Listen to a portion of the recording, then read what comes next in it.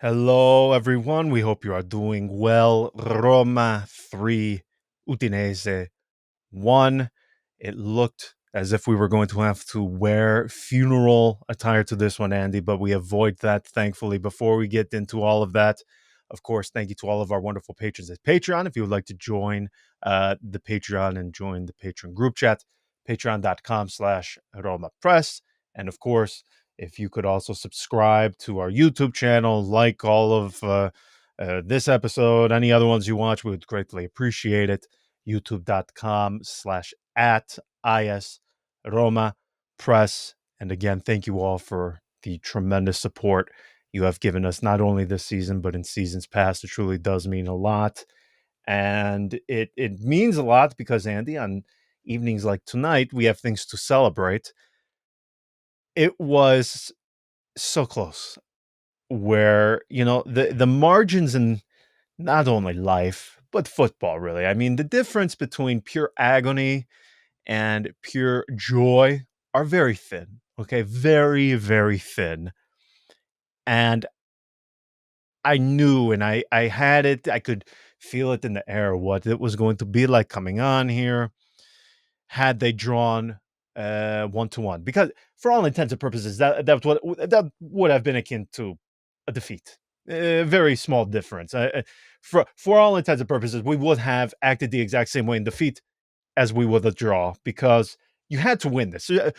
Forget trying to rationalize this. I try to do this where before and after matches, I do try to think balance, but then there's a difference, and again, very fine margins between being balanced and just being like, okay, you are trying to sell me a bag of goods. You're trying to tell me this is honey, but it is indeed horse crap. We will use, and that was kind of how I felt coming into this one, where even in the preview for the probable formations coming into this one, I put, wow, Udinese, they are on a 6-match unbeaten streak. It's like, okay, well, relax. Yes, they beat Milan at San Siro. This is a crap team, okay? Udinese is a bad team. They are a bad team. I don't care who the manager is. I don't care if they just brought a previous manager back. They are a bad team. You had to win tonight, okay? You had to win. There were no questions. There was no debating. I wasn't going to come on here had they not won and somehow try to rationalize it. Well, they're good in this, good in that. No, no. You had to win. You had to win. You had to win. There was no debate about it. And my gosh, when was the goal of Dybala? 81 minute? It was past the 80th, 81. And then El Shaarawy, he puts the cherry atop the Sunday with the goal in the 90th. So they left it late. Okay, they left it late again. Again, I mean, look in recent history how many times they've done this, where they just you you really have to be a sadomasochist to be willing to put up with this for this long and enjoy it. I mean, there are websites and special apps on your mobile phone specifically aimed at people who enjoy this sort of stuff. I don't have any of those on my phone, so How do you know this? Wait, this is one of those I do comments my research. I just you just I did know what a people. lot of our patrons do when they say that we have ads advertising, Ukrainian women looking for a hot lover. I think you just. I'm sorry, John, but I think I you told just. on myself. Yeah, yeah. Well, hopefully my wife doesn't watch this. But in all seriousness, like it gets to a point where we either call this a bad habit, a trend. I don't know how you would want to label it, but I don't like it. That's all I know because I think we would both agree. Roma should have had this one wrapped up well before minute 81. No, I mean, unless I'm Absolutely. I mistaken mean, here. I mean, we're I talking can't about, think of a very once again, we're talking about Roma having problems with a team that is now 1 point away from relegation. So, uh, yes. this was a match that you had to win by all accounts. The way it happened could be interpreted as frustrating. I want to look at the glass half full and say impressive. Ooh. Okay. Why? Why? Why? Because they were so because they determined they until the end. I mean, they pulled through it. They pulled through it. I was ready to see this team jump ship and abandon all hope, and just plain give up or accept an inevitable result that would, as you say, not have the same psychological effect on us, on the fans. Instead, the team pulled through, but it pulled through because it understood the fundamental thing that this team should always understand when they go into these games, where it's you have more quality than your opponent. So do something yes, about it, do something with it. You have more quality, you have better players on the pitch. If you have a semblance of a game plan, if you have everybody going in the pulling in the same direction, you're gonna get a result. Like that's for me, it's always amazing that Roma, whenever they have these nights when all of a sudden they break through and they score 2 goals in a row, and they're nice goals, it's almost like they're yes, surprised that they're capable of it, and I just don't know why it happens so frequently, and they cannot learn that simple lesson that if you face a smaller side, if you face a lesser opponent, your quality at the end of the day has to make the difference. It has to come through. And today, yes, thankfully, it came through, because I would not have been able to say the same thing had they not done what they did tonight. We would be talking about a disaster to open up this really tough stretch. yes. Instead, we can thankfully look at it and say, well, we're only 3 points off from fourth place. 100%. And the thing is, too, and you just said it because I was going to get into this. Had this been a defeat or a draw, to drop any points before they gain this absolute treacherous stretch in December would is disastrous. Okay, they cannot afford to do that. They cannot afford for any missteps, and the same holds true next weekend when they face Sassuolo away. They have to win. Okay, they have to win. There are no there are no options here. There's not two paths as to which you can take coming into the stretch. Again, the December they have coming up, it's treacherous.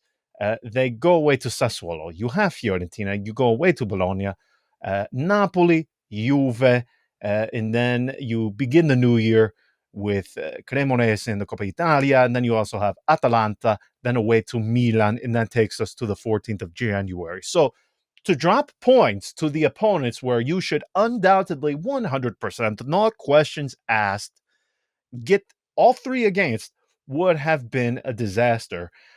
Now, you say tonight was impressive, and I don't want to seem so. It's simply because they leave it late. Let's just say they hadn't scored those goals. Let's just pretend, or just pretend we only have, for the sample size of the second half, we only have up until the 80th minute. Okay, let's just pretend that is the case. Is anybody arguing that they didn't deserve to win? Not in my opinion, unless people were watching different games, or else my eyes are betraying me. Roma were clearly the superior side. If we want to look at some of the numbers, the XG, they do better than Udinese. They are at 1 point, just over 1.4. More possession, more shots on target. I mean, by all measures, even if you didn't want to watch and you were only able to just Google all of the things that happened tonight, Roma were vastly superior, and yet it takes up until the final 10 minutes to pull out the victory. And as you said, okay, so there's two ways you can look at this. If you want to take it with the glass half full, which we probably should, because given how many few moments that we have of this team giving us joy consistently, at least we probably should take the positive moments. The fact they are able to do this, overcome all of the frustration, overcome all of the I don't want to say, well, no, Udinese, they did shit us. Yeah. And by the way, nobody expected them not to. Yeah. They weren't going to come in here and try to play you off the park with some beautiful football. That wasn't going to happen. They They were had going to some sit back. decent results recently. They had some decent results, so they were able They did. to hold Atalanta. They were able to beat Milan. So that was they were coming off a good stretch, but by no means did you expect this Udinese side led by Cioffi. I mean, I don't think this is a coach who comes into any other team at this point in time. No. Had he not been their manager from the past, this would not have happened. Um, by no means this was a team that was going to walk into the Stadio Olimpico and dictate the rules. You didn't expect that to happen. Had it happened, we would be sitting here and riding Roma's ass and being like, guys, you what this is not okay. You could argue that it wasn't okay the way the win came about, but I think that's the important thing recently is that following the international break, you're looking at a really busy schedule. You need to have the awareness that the players that you have offer you good things, that it's not only about trying to put on a band-aid and hope for the best that nobody gets injured. No, you have actual quality on the pitch, and there are players that can make a difference, and even somebody like Eduardo Bove can come in and play his ass off and make a difference in this system. El Sharawi once again proving the the the The the man. Oh, the history, the theory that he is a player that has to be relied from the bench. That's when he shines. Paulo Dybala, again, a special player that is very often doubted and whose position in this team is doubted because of his did physical. anybody need that goal more than him? Oh, Oh, yeah, well, definitely. Yeah, this is a good sign.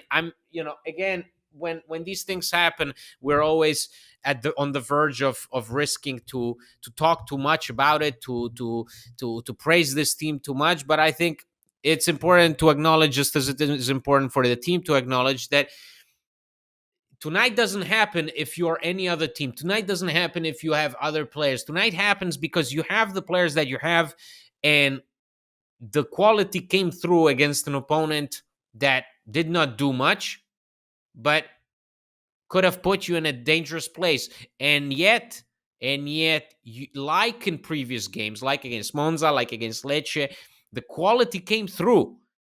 That yes. is supposed to be the beacon of hope. So, we can talk about the team not playing well enough, but at the end of the day, the ingredients are there. So it's only about putting them together and coming up with a good enough recipe, not a fantastic recipe, but something that allows you to go into this really busy stretch against really difficult teams and try and put some continuity into your legs. Yeah, I suppose too, if we, as frustrated as we may want to get about how late they leave it, I clearly they are comfortable doing so, and that is something at least to be applauded and admired. That they don't lose hope. I mean, if we want to go and revisit some of Roma's past, I mean, down by one goal. I mean, Paulo Fonseca's side down by one goal. Match, forget it. Turn off the television, walk away, go outside. It's match over. They are not coming back. Um, at least with this side, you know, for all of the times or all of the missteps they may have had throughout the match, and I wouldn't even necessarily call them missteps. I would say too, and maybe you disagree, but it's not that they are necessarily making mistakes, so to speak. I would just say this lack of concreteness, this I would say it's a lack of concreteness. That's probably the best way I can put it. Because man, they have so many opportunities to put this thing to bed midway through the second half, earlier in the second half, even before Udinese scored the goal. They had opportunities to just go right back ahead, and they wasted them. So I will give them credit for that. I mean, at least they have an ability to, by minute 75, if they are not scoring, you absolutely cannot turn off the television, get up, and walk away from your chair. I mean, you at least have to stay tuned in until full time, and that is something again I couldn't say. I mean, that just brings me back to the Roma of Paulo Fonseca. I don't know. We always talk about his record in the big matches, but if you look at his record when Roma were down or even level, I mean, it was horrendous, horrendous. So that is something to be admired, that they at least have the mindset within them that, okay, no matter how many times we screw up, we at least have X amount of minutes to make up for it. And if we don't get it by this time, we're screwed. There's no point in trying anymore. So I will give them credit for that.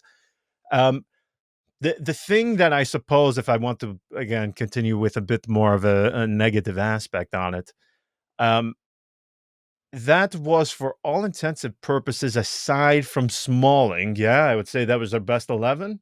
Like if you could handpick their ideal 11 best. I think somebody wants also to have Renato Sanchez included in it, but Well, with him and Jose Chris Smalling. Mourinho doesn't.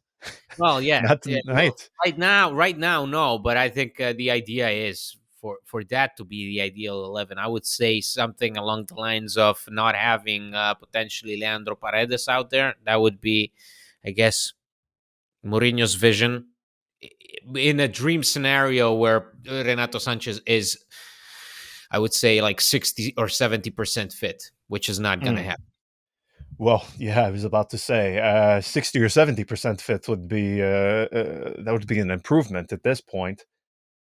That was the thing when I saw. So when I saw the 11, it was exactly as I had. I had the image, the pre-match image with the formation already good to go. So I uh, was not surprised at all with what they went with. I mean, to not get more than one goal, man, that, with those guys out there, bothers me. I know they won. Okay, I am happy they won. By no means are you or we going to expect Lorenzo Pellegrini to come in. He was out since the 7th of October, so over a month and a half, almost 2 months. I don't think anybody expected him to just come right in and light the world on fire. I wasn't expecting that at all. Maybe some others felt differently. But I have to admit, just to continue to harp on this thing with the goals or the lack thereof, it does bother me because for whatever shortcomings this Roma may have, and we all know what they are, we know where they fall short, the departments in which there is a lot to be desired. Scoring goals should not be one of them, and I just don't understand. Yes, they scored three tonight on the scoreboard. It is going to say three in the column for the 3 points. It is not going to say that two came in the final 10 minutes. That doesn't matter. They should not labor this way, and it bothers me to the extent at which they labor. Again, it does have to do with a lack of concreteness. True, but I just don't like how they it looks like they are working so hard to try and find the back of the net. And I think to myself, man, if you were to take the best pairing of two attackers in all of Serie A, again, I'm hard pressed to think of two guys, all things being equal, them being healthy and available, of course, if you would take a different pairing than that of Roma. So why is it seem like we are just carrying this enormous weight on our backs to try and find the back of the net? I Maybe that is it. Maybe they are just trying too hard. Maybe they are overthinking. I don't know. But is that something you are concerned about? Because I feel like with these two guys, man, it should not be this difficult. Well, I mean, Jose Mourinho just said it himself right now that the team was supposed to go for the jugular. The team was supposed to go for the kill. The opponent was inviting Roma to close the game out, and the match in, on the pitch actually looked easy, which is something that Mourinho doesn't say very often. For him, it's Mm, always a difficult game, and yet now he points out that this was indeed an easy game, but made difficult by Roma themselves. Nobody else. Roma had only themselves to blame. And yet, at the same time, they were able to pull through it thanks to themselves, yes. to their quality, to their perseverance. So Mourinho is the first one to recognize that there is something definitely not 100% right with this team at its core, because you cannot expect this team to time and time again do the same thing, which is let the opponent in and then try and overcome the opponent at the death. it doesn't work that way. It will not work that way always. It's not a this is not a sustainable scenario. This is Mm, not a sustainable method of winning games. It's great cool when it point. happens once or twice, but if this becomes your memo, if these becomes your identity, then you got problems, because you will have teams who will not fail to hurt you. And tonight, Udinese they were good enough just to exactly put a little bit of fear and insecurity in you, but otherwise it was all Roma. It was all Roma in their doing and their not doing. And if Mourinho is the first one to recognize that, if Mourinho is the first one to say that tonight was easy, then you have to understand that there are definitely good and bad things that we can talk about. The good thing is the changes were good, the substitutions were good, the people that came Very on good. in the second Yes. half understood the assignment. There was a sense of urgency in the final minutes. There was a sense of recognition of their own means, which is pleasant.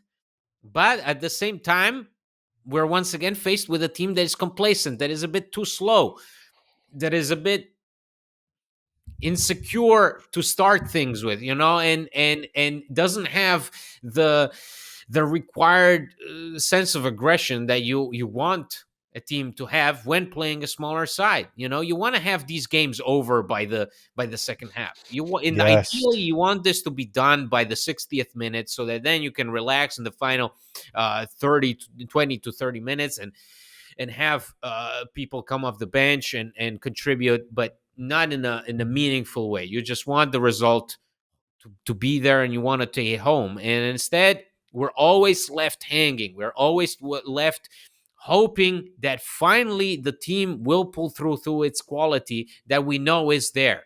So if we know it's there, the team should know it too, and not once once the pressure is on at the 80th minute. No, we want to see that happen once they step on the pitch. Just that. They're superior. They know it, and they have to show it. Absolutely. I want to stay focused though on Jose Mourinho. I have found it very curious some of the things he has said coming into this one. I don't know if it is true frustration, or I won't say anger, but probably frustration is probably the operative word here.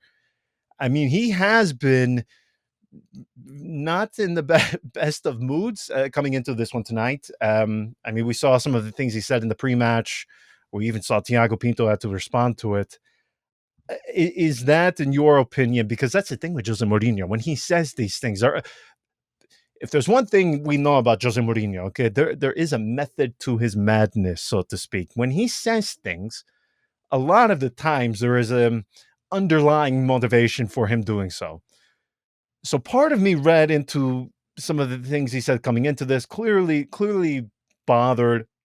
I mean, the way you wrote one of the articles about some of the things he said coming into this. I mean, having a go at the players, their lack of fight. I mean, calling out Chris Smalling, saying, "Oh, well, this is a guy who isn't able to play through the pain," which uh, I'm surprised by that. I don't know if that's going to motivate him exactly to increase the workload on his rehabilitation. But whatever you think of his words, the way I view them is I always look at not the words themselves. I look at what is trying to be said here. What is he trying to accomplish? Who is he trying to motivate? Who is he trying to send a message to? And clearly, it seems there's a couple of things in my opinion. I do think some of this is aimed at Dan Friedkin in reference to his contractual situation. We are not going to get into that again because we have talked about that ad nauseum in recent weeks. Um, but I also think it was more of a message to the team, a almost not a hitting out at them, but more of a sounding out of, I've been here almost 3-4 years.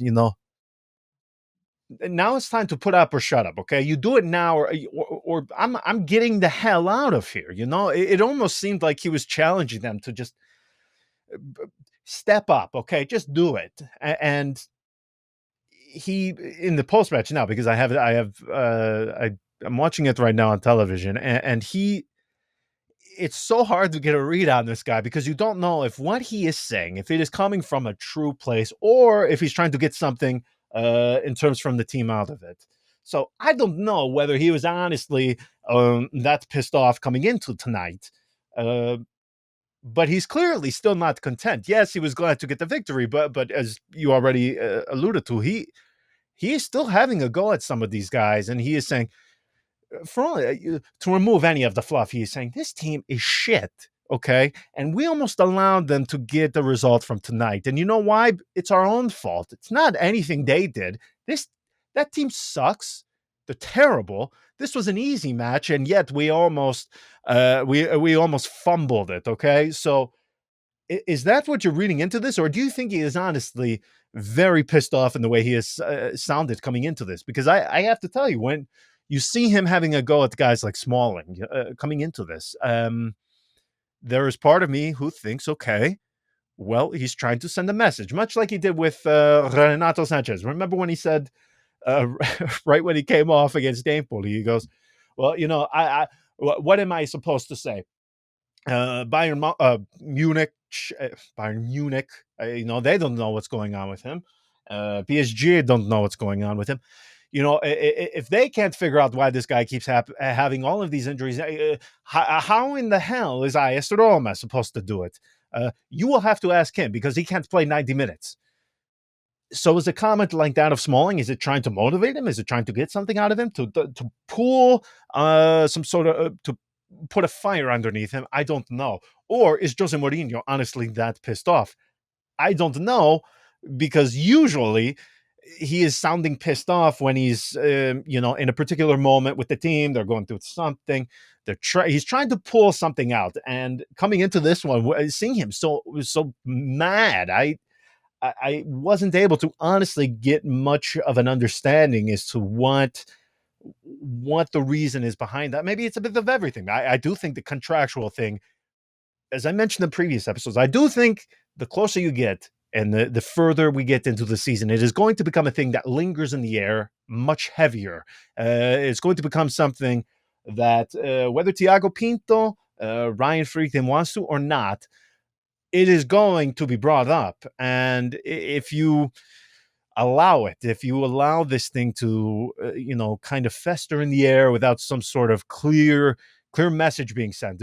You know what I love? I would love if Thiago Pinto came out and said, we're not going to talk about it. If by March or April you don't hear anything, I will be the one to come back here and address it. But until then, we're not going to talk about it. He will not address it. I will not address it. That's that. They haven't done that. So I do think the thing of the contract has a bit of an underlying uh, um, impact on perhaps the way he is acting. But again, man, he was throwing darts coming into this one. He was not holding back. What do you make of it? Is it him trying to just motivate him, or is he pissed off? No, I think honestly, I think there is definitely some anger with how the team responds to, I guess, some of his coaching, some of his decision making. Maybe there is a Mm, little frustration about how the team hasn't progressed as much as he thought the team would. Just like we expected the team to make progress after the Europa League final, but I also think it's frustration with himself as well. I don't think Mourinho mm, is sparing himself on this one. Like the talking points that he made, the fact that he himself is sort of recognizing that the team is yet to embody the spirit that he wants to have playing away from home. That is not only a criticism of the player, like that in and of itself is an admission of some kind of responsibility, because at the end of the day you're the manager, and that is a direct result of what you're supposed to be doing, right? Working on the group's mentality.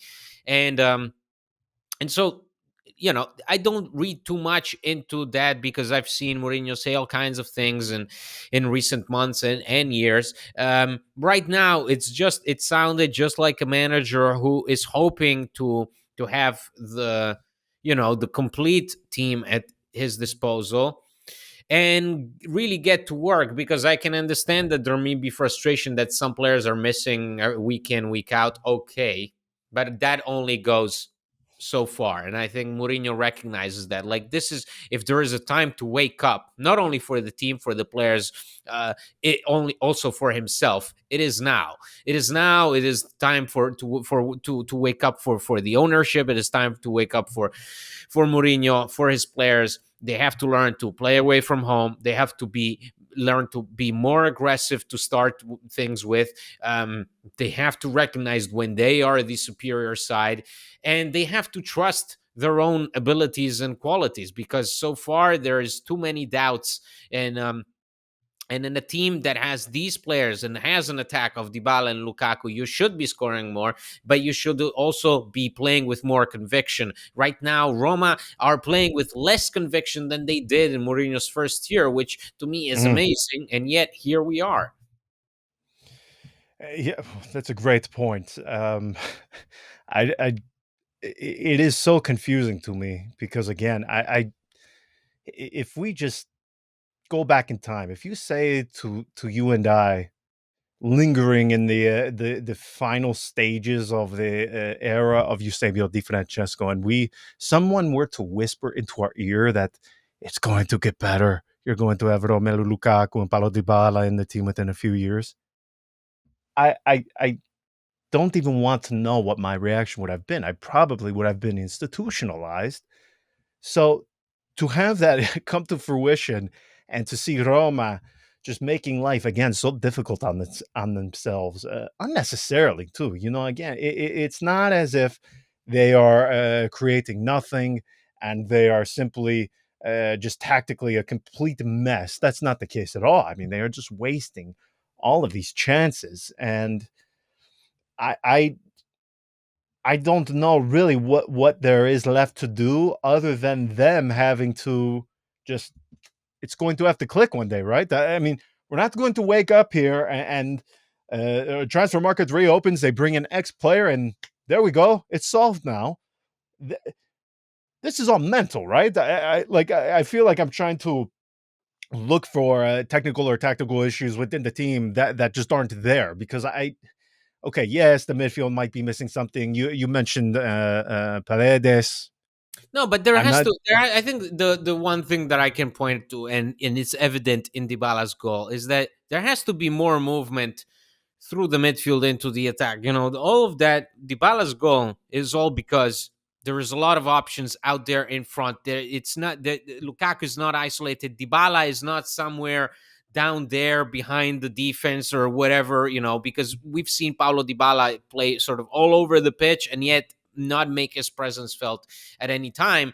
And yet that goal comes from the fact that you have players who are able to read each other, who are able to put pressure on the opponent, who are able to uh, to put a lot of bodies in the attack through the midfield, and then open up the space just enough for Paulo Dybala, who's one of your perhaps the most skilled, technically skilled player you have, to do exactly what he's best at. Read the opponent's defense, see the space, get in, score a banger, and get out. That's as simple as it is. Like, so we're not even addressing things that cannot be done. It can be done because we just saw it. Like, there's separate episodes of this happening scattered across these recent games where Roma show really good things. Think about Asmun's goal against Mm, Lecce. Think about Lukaku's goal against Lecce. Even there, again, it's episodes where Roma show that they can read the situation, that they can put the necessary effort and quality into situations that bring out the best in them. They have the players to do it. Dybala is that kind of player. Dybala is the kind of player to read the space in front of him, get behind the opponent, and score a wonderful goal. yes. And so why do we have to consider that and look at that as some kind of event in of itself, rather Yeah. than just a regular occurrence? Because yes, you have players that can do it. Yeah, that's the frustrating part. And I guess in fairness too, What number goal was that for Paulo Dybala in the league? Do you want to guess? Or do you know? Was it goal 3 this season?